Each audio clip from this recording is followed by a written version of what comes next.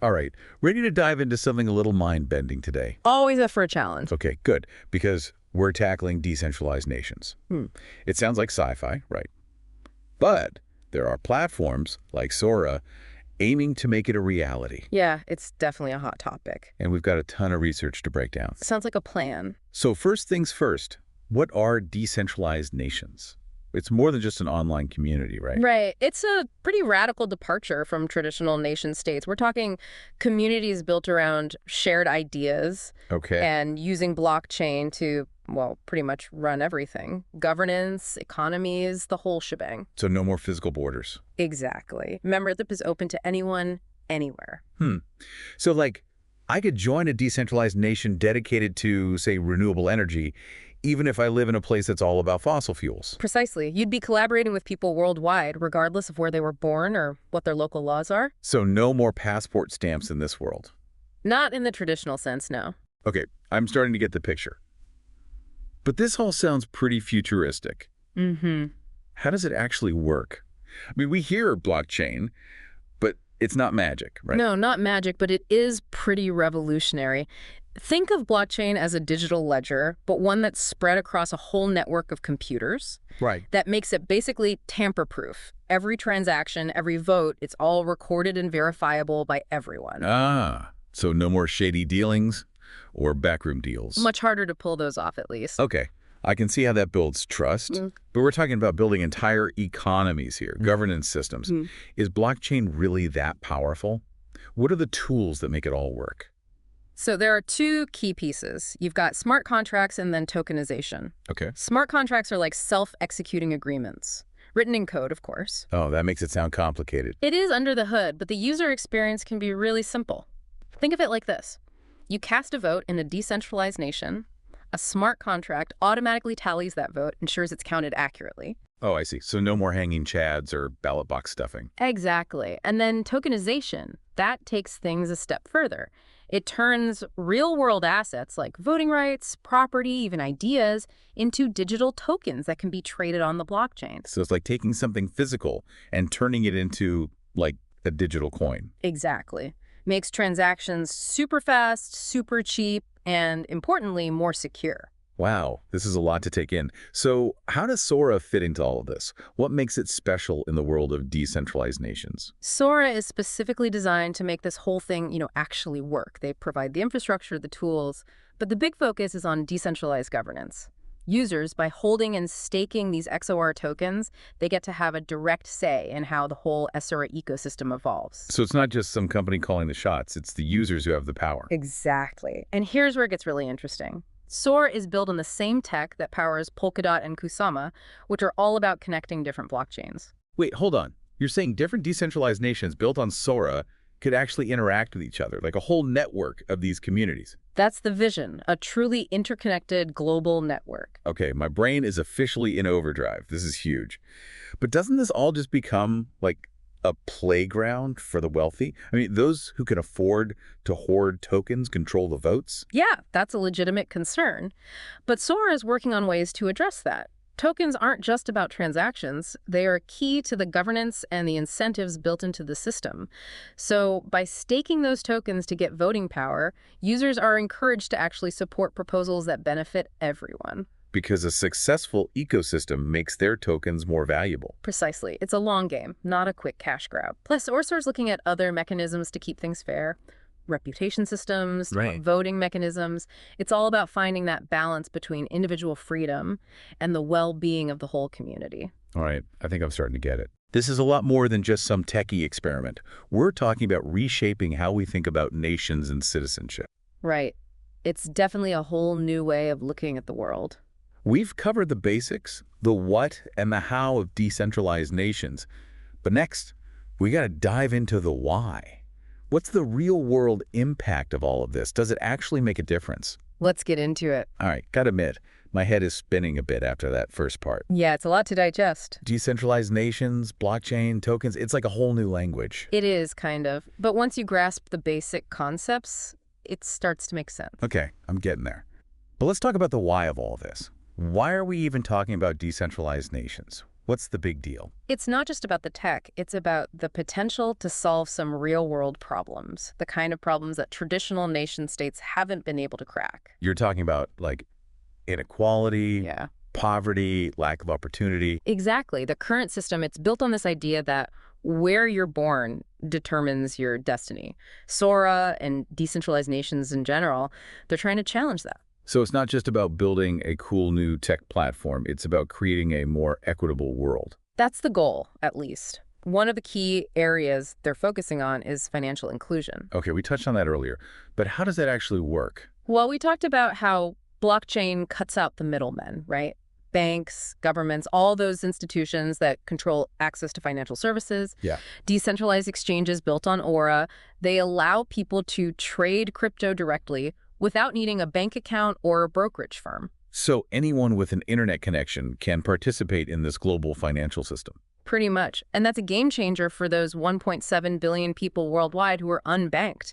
They can access loans, invest in projects, even build businesses, all without relying on the traditional financial system. Wow, that's pretty empowering. And it's not just about finance. Decentralized nations can foster collaboration on a global scale, bringing together people from diverse backgrounds to tackle big challenges. Like climate change or global health crises. Exactly. Imagine a decentralized nation dedicated to, say, developing sustainable energy solutions. You could have scientists, engineers, entrepreneurs from all over the world working together without the limitations of borders or bureaucracy. Okay, I see where the excitement is coming from. But I also wonder about the potential downsides. Could this shift towards digital identities erode traditional cultures, create conflicts between different value systems? It's a valid concern. But the idea isn't to erase cultural differences, it's to find common ground, build bridges between communities. Of course, there will be disagreements, challenges, just like in any community. And what about the impact on the real world? I mean, the world of politics and power.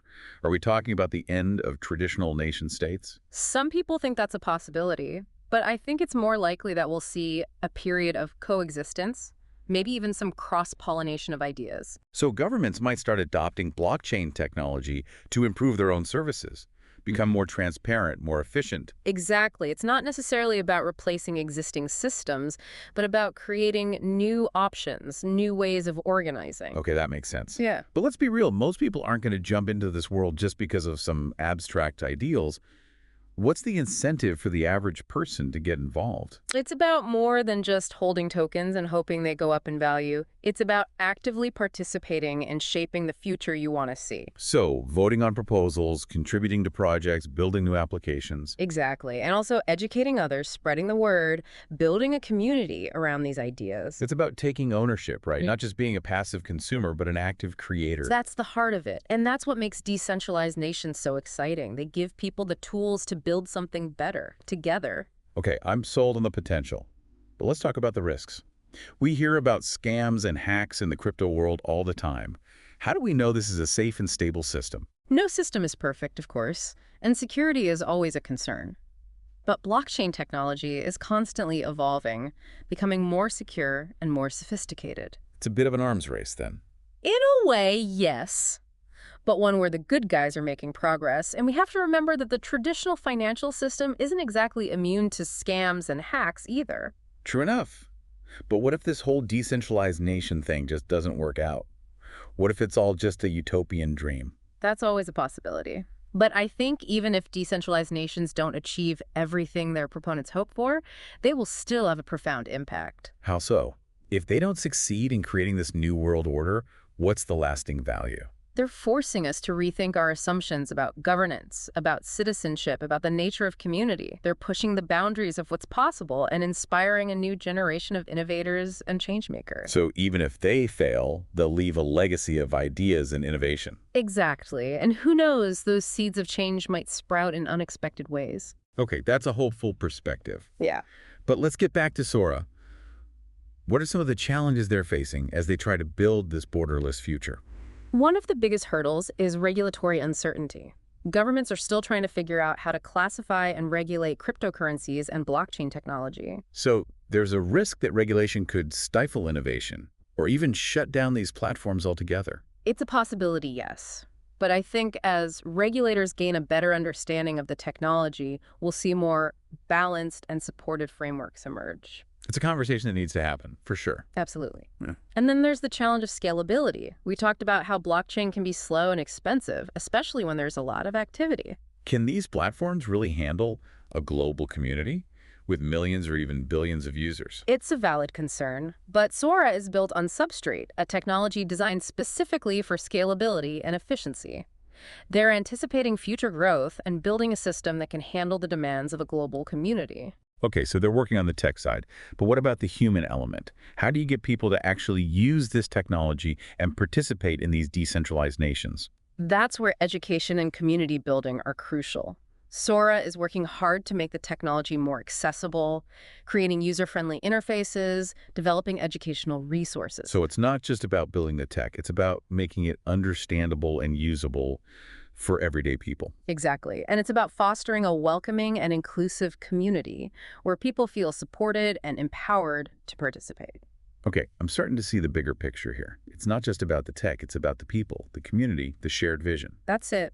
And that's what makes Aura and the whole decentralized nation movement so fascinating. It's a grand experiment in human collaboration, using technology to create a more equitable and just world. I like the sound of that.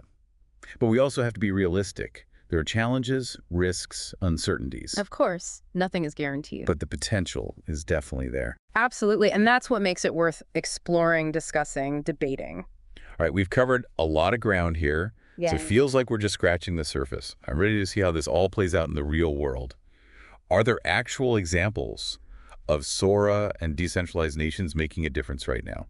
There are. Let's dive into some real-world applications and see how these concepts are being put into action. Okay, so after all that big picture stuff, I'm really curious about, like, the real world stuff, you know? Yeah. Like, are there actual examples of SORA and decentralized nations, like, actually doing things out in the world right now? Oh, absolutely. There are already some really cool examples of how these concepts are being put to work. Like, what kind of things are we talking about? One area where we're seeing a lot of traction is in supply chain management. Supply chains. Okay. How did that even work with decentralized nations? So picture this. You've got a network of like farmers, manufacturers, distributors, retailers, all connected on a blockchain platform, like one built on a SORA. Every step of the way, from where the raw materials come from to when the product lands on the store shelf, it's all tracked transparently and securely. So that means, like, as a consumer, I could actually see where, say, my coffee beans came from or the cotton in my T-shirt. Exactly. You could trace the whole journey, making sure it was ethically sourced,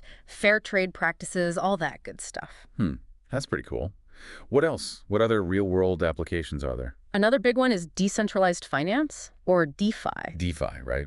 We talked about how SORA, cuts out those middlemen for financial services. Right, right. So this is being used to create all these new lending platforms, investment opportunities that don't rely on traditional banks or institutions. So like someone who might not qualify for a loan from a bank could get funding through these DeFi platforms. Exactly. It opens up access to capital for individuals and businesses, especially in parts of the world where traditional banking is, limited. Yeah. And because it's all on the blockchain, everything's transparent, secure. Okay. I can see how that could be huge, especially for like entrepreneurs in developing countries or people who've been shut out of the traditional financial system. It's about creating a more level playing field, giving everyone a chance to participate. This is all super interesting, but part of me is still wondering, is this all just hype? Yeah. Is this really the future, or is it just like a bubble that's going to burst? I mean, it's important to be realistic. There are challenges, for sure. Regulation, scalability, security, those are all big hurdles. It's not a guaranteed utopia. Not by any means. Yeah. But the potential is definitely there. And I think it's important to have these conversations, to think critically about how we can shape this technology, for good. Right. Right. So it's not just about the tech, it's about how we use it. Exactly. Technology is a tool. Before we wrap up, I want to go back to something we talked about earlier. SORA being a DAO. It sounds super democratic in theory, but how do you actually prevent a small group of, wealthy token holders from controlling everything? That's a great question, and it's something the SORA community is actively working on. They're exploring all sorts of different governance mechanisms. Like what? Give me an example. One that's pretty interesting is quadratic voting.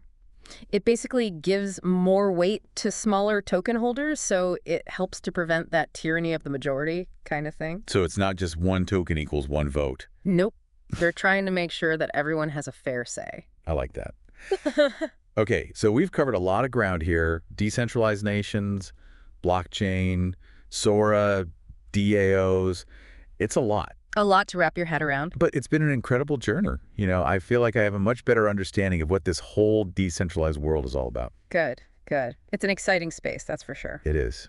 And who knows, maybe we've even inspired some future nation builders out there. I hope so. Before we sign off, any last words of wisdom for our listeners? Just remember, the future is not set in stone. It's something we create together. Ooh, I like that.